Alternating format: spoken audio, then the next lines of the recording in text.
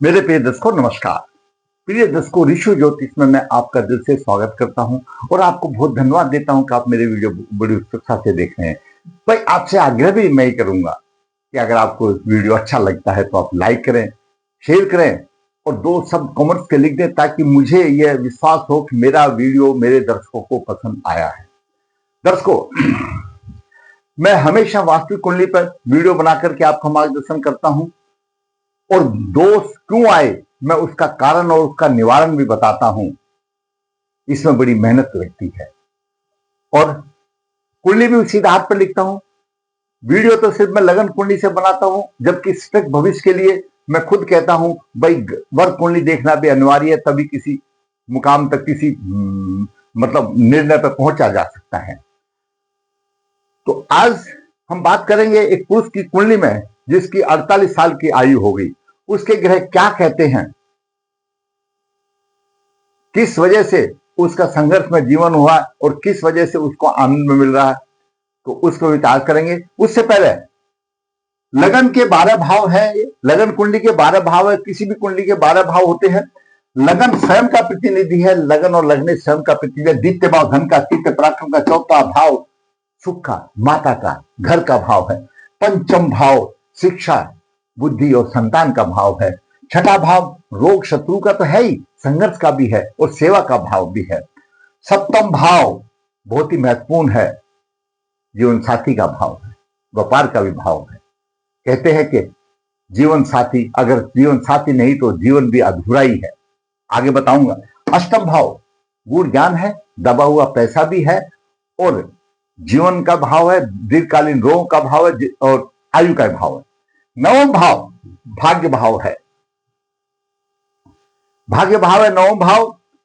और 10वां भाव केंद्र का भाव है। केंद्र का भाव 10वां भाव सर्वोच्च केंद्र है। प्रतिष्ठा कर्म का भाव है। आपने क्या काम करना है वो 10वां भाव बताएगा। प्रतिष्ठा मिलेगी 10वां भाव से मिलेगी और इसके हमको बदले में आमदनी में यहां पैसा मिलेगा, जो कि तीसरा पद है, समाज से जोड़ता है। आज अगर आपके पास आमदनी अच्छी है, धन अच्छा है, तो समाज आपकी इज्जत करेगा, नहीं तो कोई सम्मान नहीं करता।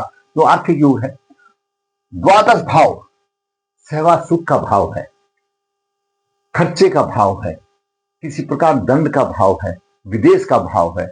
इन्हीं सब बातों पर चर्चा लेकर के हम विषय करेंगे। लग्नेश अगर 9 भाव में हो, आपकी कुंडली यहां पर किसी भी लगन की हो, अगर लगन का स्वामी 9 भाव में हो तो उसकी प्रवृत्ति धार्मिक होगी, धर्म को मानने वाली होगी। क्यों? 9वां भाव धर्म त्रिकोण का तीसरा पद है, वो नेचर का धार्मिक होगा। लेकिन अगर लगन और लग्नेश पर अशुभ प्रभाव होगा तो नेचर बदली हो जाएगी, इसमें कोई दो राय नहीं है। बात करेंगे कैसा है। 10वां भाव, 10वां भाव में किसी भी राशि में आपका 10वां भाव हो, किसी भी लगन का 10वां भाव हो, 10वां भाव में अगर मंगल हो, सूर्य हो, तो दिग्बली माना जाता है। परेशानियां भी आएंगी, कहीं परेशानी आ जाएंगी, लेकिन वो अपने आप को स्टेब्लिश कर लेता है, व्यवसाय उसका अच्छा हो जाता है, सम्मान उसको मिलता है। मंगल और सूर्य 10वां भाव के दिग्बली माने जाते हैं। मंगल और सूर्य अगर 10वां भाव को देखते भी है, कहीं शुभ स्थिति में है, तो वारे किनारे हो जाते हैं। मंगल आपका 10वां भाव में अगर कृत्तिका नक्षत्र में है, कृत्तिका नक्षत्र मेष राशि आएगी, यहां पर मेष राशि होगी तभी मंगल कृत्तिका नक्षत्र में होगा। यहां मेष होगी तो यहां कर्क राशि होगी, कर्क राशि का लगन हो। तो मैं बात बता रहा हूं, मंगल के कृत्तिका नक्षत्र की बात बता रहा हूं। अगर मंगल यहां पर 10वां भाव में आपका मेष राशि में कृत्तिका नक्षत्र में है, तो जातक का स्वभाव तो उग्र होगा, तेज होगा और लगन को नीच दृष्टि से देखता है, मंगल है, देखेगा, त्याग की भावना आ जाएगी। यहां पर सम्मान भी मिलेगा उसको, धनवान भी होगा, उच्च राजयोग भी मिलेगा अगर बाकी ग्रह साथ देंगे तो, प्रतिष्ठा भी मिलेगी। परंतु ऐसा जातक अपनी संपत्ति और अपने परिवार का त्याग कर देता है, त्यागी व्यक्ति का हो जाता है। वो ये समझता है कि जीवन कुछ नहीं, निरर्थक है। वैराग्य की भावना आ जाती है उस मंगल में। और हमारे जो ज्योतिष के जो विद्वान हैं, जिन्होंने बड़े बड़े शास्त्र लिखे हैं, बुक लिखे हैं, भाई हम उनका तो अनुसरण कर रहे हैं। उनका कहना है अब भगवान बुद्ध का 10वें भाव में कीट का नक्षत्र में मंगल था और वो उनको वैराग्य प्राप्त हो गया, अपनी स्त्री पुत्र को धन दौलत को छोड़ करके चले गए। ऐसा योग यहां पर ये बनाता है, मतलब उससे उनकी उपमा ली गई है। तो मंगल है, तो मैंने आपको यहां मंगल का बता दिया, 10वें भाव में मंगल। वासुकी काल सब योग है कुंडली में। अगर आपकी में यहां पर राहु है, यहां पर केतु है, तो वासुकी काल से प्रयोग होता है। वासुकी उस नाग देवता का नाम है। दक्षिण भारत में तो वासुकीनाथ का मंदिर भी है। मैंने अपने आप में देखा, मुझे सहयोग मुझे ऐसा भाग मतलब मेरे भाग में था, मैंने वहां के दर्शन किए। वह नाग है वासुकीनाथ जो भोलेनाथ के गले में रहता है। बड़ा तीव्र काल पर सर्प होता है। उस काल सर्प के प्रभाव से कुटुंब में भाई बहनों से परेशानी होती है, मित्रों से धोखा होता है और नौकरी धंधे में उलझन होती है। धन कमाता है तो बदनामी भी साथ में आ जाती है, परिजनों से परेशानी होती है, यश का अभाव, पद प्रतिष्ठा सम्मान के लिए संघर्ष में जीवन रहता है। सूर्य विश्ववास बन गया, सूर्य ग्रहों का राजा है, वो विश्ववास बन गया, प्रतिष्ठा में कमी देगा और जिस भाग का स्वामी है उसकी हानि करेगा। तो ये बात देख करके हम आगे कुंडली में विचार करते हैं। क्या कहती कुंडली? जीवन में संघर्ष, त्याग की भावना, वासुकी काल सर्पयोग। जातक का जन्म 8 जुलाई 1977 कृष्ण पक्ष अष्टमी रेवती चरण 2 में हुआ, शुक्रवार को सुबह 6:10 पर हुआ। जन्म के समय पर कर्क लगन हुआ। कर्क लगन के 0023 है। विश्ववास में कर्क लगन चला जाता है। शनि लगन में है 22°25' लेकर के, बुध 1:32' लेकर के, बुध द्वादश भाव का स्वामी है। तीसरे भाव में राहु 26 लेकर के है और 9वें भाव में केतु 20-19 और चंद्रमा 20-19 और केतु भी 26 लेकर के है। चंद्रमा 9 भाव का स्वामी है। जहां मैंने बताया अगर यहाँ पर लग्नेश 9 भाव में हो, लग्नेश 9 भाव में त्यागी व्यक्ति का होगा। केतु के साथ आ गया, पीड़ित आ गया, मानसिक बल कमजोर हो गया, राहु का प्रभाव हो गया। ये केतु चंद्रमा के साथ या राहु चंद्रमा के साथ क्यों आया, इसका विवरण सुन लो मेरे दर्शकों। ये 7 पीढ़ी का श्राप है। 7 पीढ़ी का श्राप है। अगर चंद्रमा और सूर्य और राहु के साथ केतु राहु आ जाते हैं, केतु और राहु आ जाते हैं चंद्रमा सूर्य के साथ, 7 पीढ़ी का श्राप है।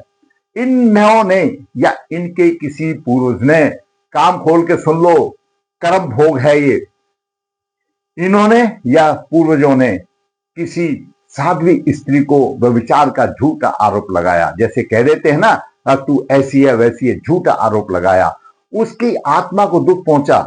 और या किसी स्त्री की जमीन जायदाद को हड़प लिया, उसकी आत्मा को दुख पहुंचा, तो उसके कारण स्वरूप यह आता है।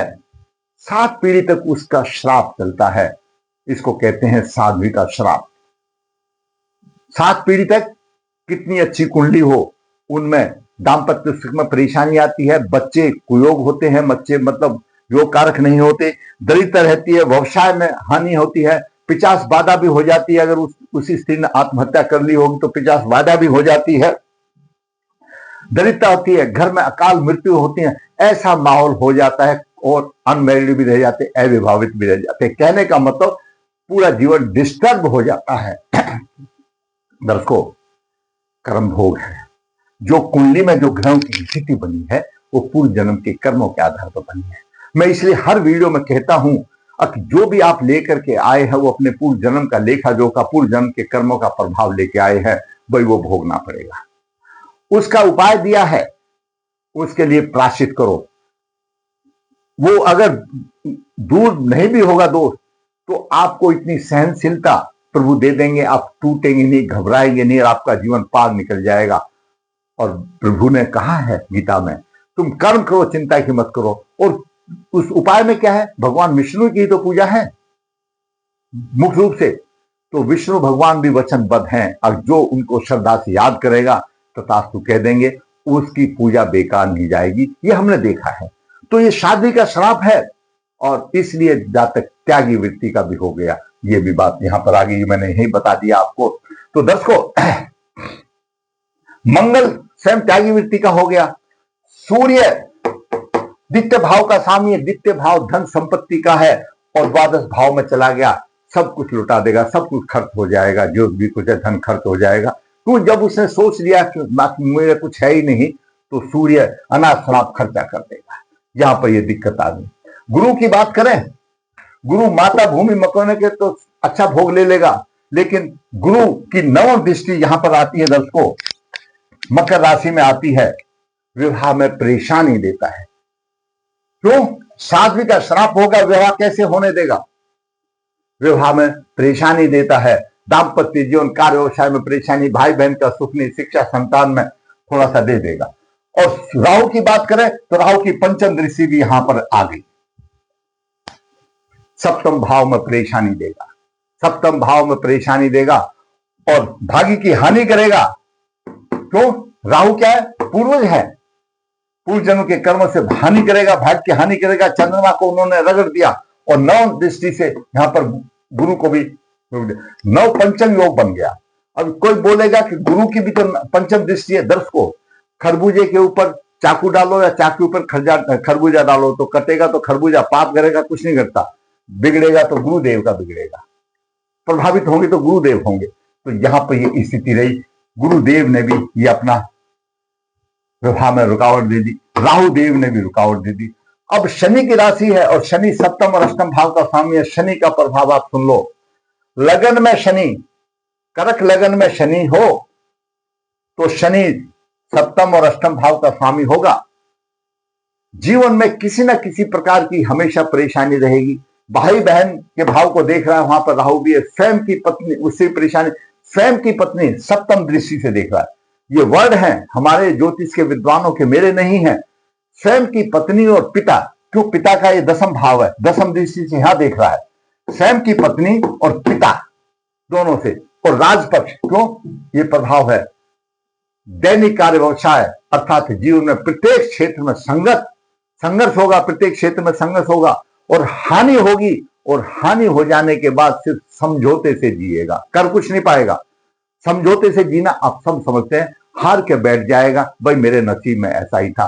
तो शनि यहां प्रभाव दे रहा है, तो शनि शादी कहां से करा देगा? तो अष्टम भाव का भी स्वामी है और वैराग का है, और शनि भी केतु से पीड़ित आ गया, आ गई ना, विचित्र आ गई ना।